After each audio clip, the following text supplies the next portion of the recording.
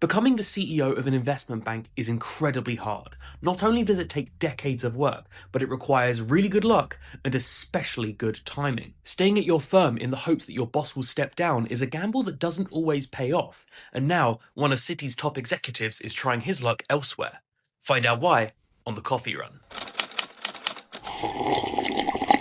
This week's top story is Citi Chief Financial Officer Mark Mason's new quest to leave Citi and become a CEO somewhere. He's stepping down as CFO and taking an advisory role to Citi CEO Jane Fraser while the search is ongoing. Mason recently interviewed with the Wall Street Journal, which broke down his turbulent career path as well as the opportunities to leave Citi that he never took. Most interestingly, the journal says Mason was in line to become CEO of private equity firm Carlyle in 2023, but turned it down. This was about 2 years into Jane Fraser's tenure as Citi CEO, at which point her fate was still up in the air. Since then, however, improved results in its investment banking and wealth management divisions under Viz Raghavan and Andy Sieg have seemed to stabilise Fraser. Evidence of this, and allegedly the impetus for Mason's departure, is that Jane Fraser was recently named the chair of Citi's board of directors. It seems Fraser will be at Citi for a long time to come. You can't blame Mason for rolling the dice and staying at Citi in the hopes of supplanting Fraser as CEO up to now. He's spent the majority of his career there and really made his name as a Citi guy, especially during the 2008 financial crisis. He came to prominence in its wealth management business, but after organising the sale of its prized wealth arm Smith Barney, he got even more plaudits for helping wind down some of Citi's most problematic assets. When Fraser became CEO, she'd spent a comparatively small 16 years at the bank after joining from McKinsey, where she was a partner. If she were to have gone, Mason would have been the most obvious and experienced establishment pick. That has obviously not come to pass. And Mason isn't the only top executive to miss out on a CEO gig in recent years. The last great succession event at a US bank was Morgan Stanley, when its former CEO James Gorman stepped down in 2023. There were 2 men tipped for the role, Ted Pick and Andy Saperstein. Pick, an equities trader, was the more flashy pick, while Saperstein, who ran wealth management, was thought of as more folksy. The gig ultimately went to Pick, who'd been at the bank since 1990 and was described as fiercely loyal. Saperstein became co-president of the bank alongside Dan Simkowitz, another man previously touted for the CEO role.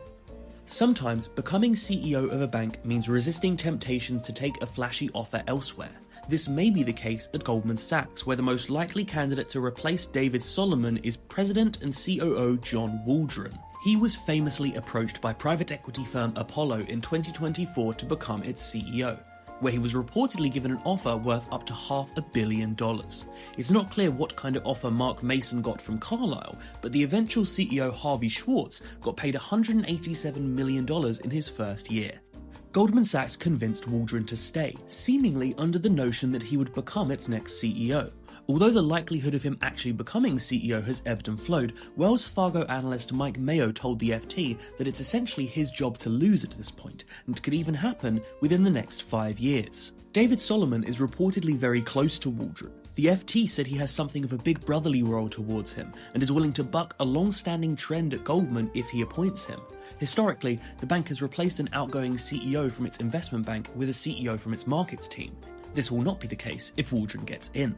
Many Goldmanites who were tipped for the top spot did not stay when Waldron did. Harvey Schwartz, who took that Carlyle job, was Goldman's president and was ultimately replaced by Waldron. Jim Esposito, former co-head of banking and markets at Goldman, might have been a strong candidate, having made his name in sales and trading, but he ultimately left for electronic market-making firm Citadel Securities in 2024. A succession story that's a little less cut and dry is that of JPMorgan. It's not clear exactly when Jamie Dimon plans to relinquish his spot, but one of the most popular candidates to replace him is Marianne Lake. She currently heads its consumer and community bank, but she was also once the bank's chief financial officer, like Mason was at Citi.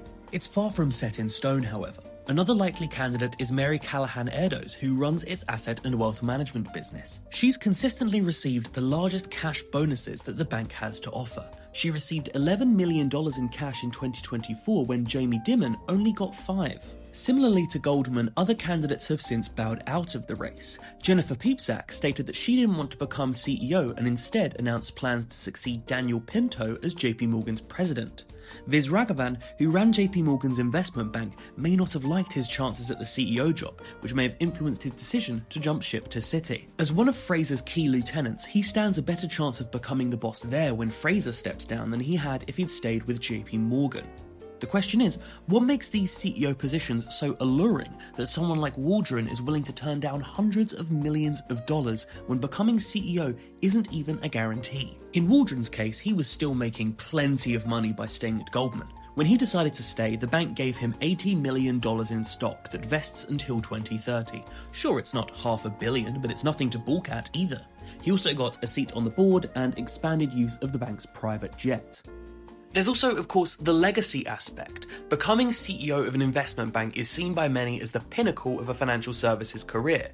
PE CEOs are well respected and are paid enormous amounts, but it doesn't carry the same prestige, especially with the average person. Perhaps that's why private equity CEOs will often run for political office, like Mitt Romney of Bain Capital or Glenn Youngkin, Carlyle's ex-CEO who went on to serve as the governor of Virginia. So, what's next for Mark Mason since he's decided to bow out of that race? Well, he told the Journal that he's going to start by quote-unquote taking a breather.